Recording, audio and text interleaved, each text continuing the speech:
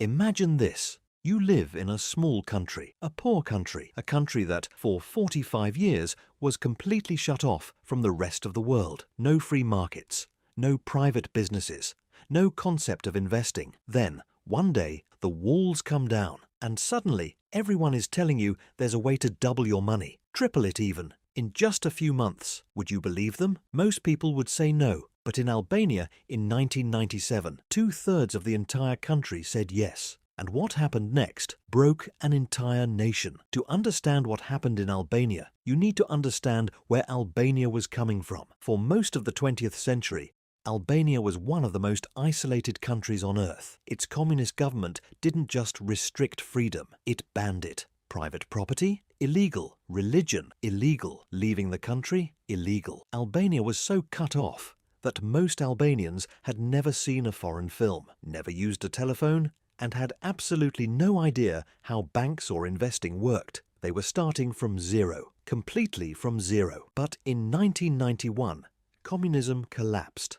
Albania was suddenly free, and like every country coming out of decades of poverty, people were desperate to catch up. New businesses were opening, people were selling things on street corners, money was moving for the first time in decades. It felt like a miracle. But there was one massive problem. Albania had no real financial system, no functioning banks people trusted, no stock market, no investment experience whatsoever. So when a group of companies showed up, offering to invest your money and return it with massive profits, people didn't know enough to ask questions. They just saw the numbers. 50% return in 3 months, 100% in 6 months. Some companies promised to double your money every 2 months, and people believed them because they had no reason not to. By 1996, these pyramid schemes weren't just popular, they were everywhere. Companies with names like Vefa, Gjallika, Shaferi, and Populi had offices in every city, in every town, in every village. At their peak, these companies had collected nearly $1.2 billion. In a country where the entire GDP was only $2.4 billion.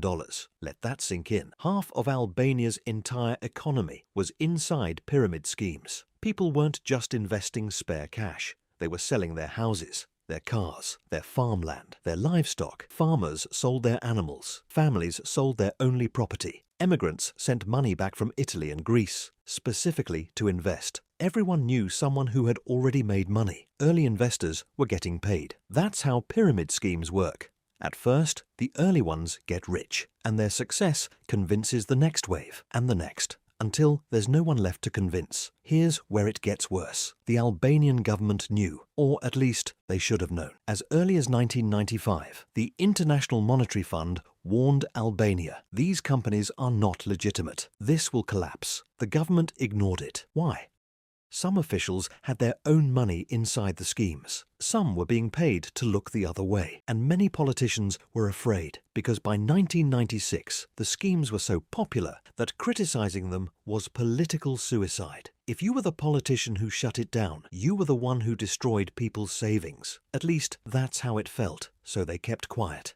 And the schemes kept growing. Then in late 1996, the first cracks appeared. One of the smaller schemes missed a payment, then another one. Word spread fast. People rushed to withdraw their money, but there was no money. There had never been any real money. Pyramid schemes don't invest anything. They just take money from new investors to pay old ones. The moment new investors stop coming in, the whole thing collapses. And in early 1997, it all came down. What happened next was unlike anything seen in modern financial history. People didn't just protest, they revolted. Riots broke out across the country. Government buildings were attacked. Military weapons depots were raided. And over 550,000 weapons flooded into the streets. 550,000 weapons. In a country of just 3 million people. Albania didn't just have a financial crisis. It had a complete breakdown of society. The government lost control of the entire southern half of the country. Criminal gangs filled the vacuum. Warlords emerged. People were dying in the streets.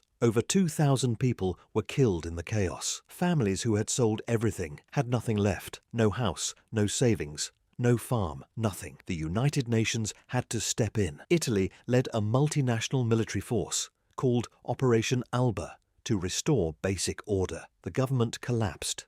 New elections were held. Billions in international aid poured in, but the money people had lost was gone forever. $1.2 billion vanished. Most victims never recovered a single dollar. So what do we take from this? If someone promises you guaranteed returns, run. Real investments carry real risk. Anyone who tells you otherwise is either lying or delusional. Financial education is not optional. Albania's tragedy wasn't just greed, it was ignorance. Decades of communism had left an entire population with zero tools to protect themselves. The best defense against fraud is knowing how money actually works. Pyramid schemes have destroyed communities on every continent. Bernie Madoff in America, MMM in Russia, the dot-com bubble in Japan. The names change, the countries change, but the pattern is always the same. Someone promises too much, people stop asking questions, and by the time the truth comes out, it's already too late. Albania rebuilt. It took years. It was painful, but it rebuilt, because that's what people do. The question isn't whether scams will keep happening. They will. The question is,